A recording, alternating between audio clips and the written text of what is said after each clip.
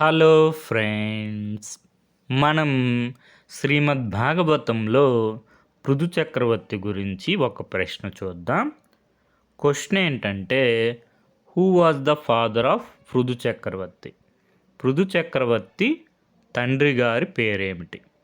మనకి అంగభూపతి కుమారుడు వేన మహారాజు, వేన మహారాజు కుమారుడు పృథు చక్రవర్తి. పృథు చక్రవర్తి కుమారుడు విజితాశ్వ, విజితాశ్వ కుమారుడు హవిద్ధన. మనకి పృథు చక్రవర్తి తండ్రి గారి పేరు వేన.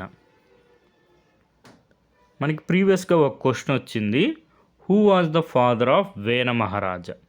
వేన మహారాజా తండ్రి గారి పేరేమిటి? మనకి అంగ. వేన మహారాజా తండ్రి ఎవరు? అంగుడు. మనకి వేన మహారాజు ఎవరంటే మృత్యుదేవుని పుత్రిక అయినటువంటి సునీత అంగరాజుల సంతానం వేణుడు. వేణుడి మరణం వల్ల రాజ్యం రాజులేందైంది. అందువల్ల మహర్షులు ముందుగా వేణుని తొడను చిలుకుతారు.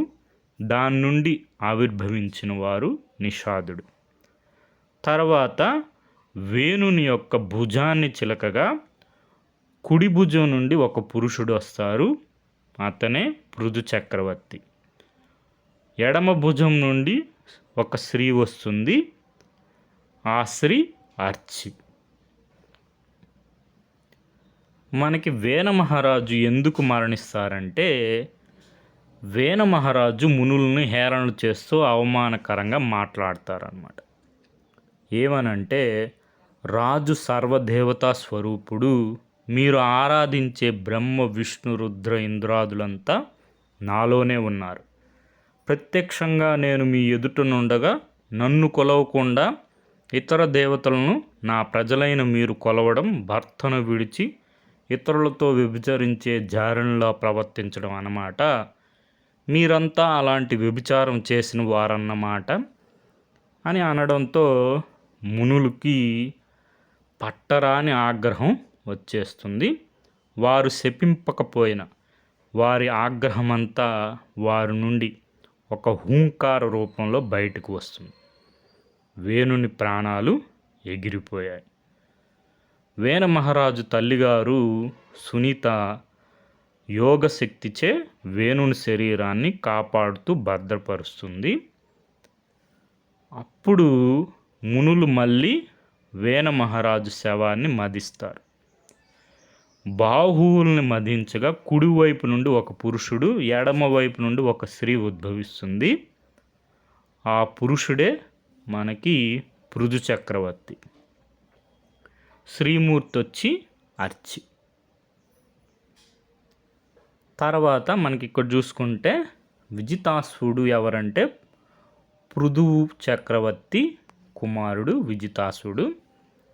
విజితాశ్వుని కుమారుడు వచ్చి హవిర్ధనుడు.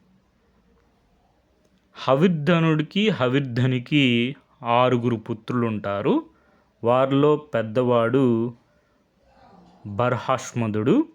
బర్హస్మధుడికి శతధృతికి 10 మంది పుత్రులు కలుగుతారు. వారే ప్రచేతసులు.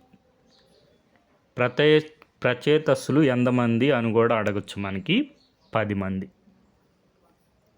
మనకి వీటికి మూలం గాజుల సత్యనారాయణ గారి హిందూ ధర్మతత్వం, దేవాలయ వ్యవస్థ. అదేవిధంగా గీతా ప్రెస్ వారి శ్రీమద్ భాగవత సంగ్రహము 4వ స్కందము. Okay friends, thank you for watching.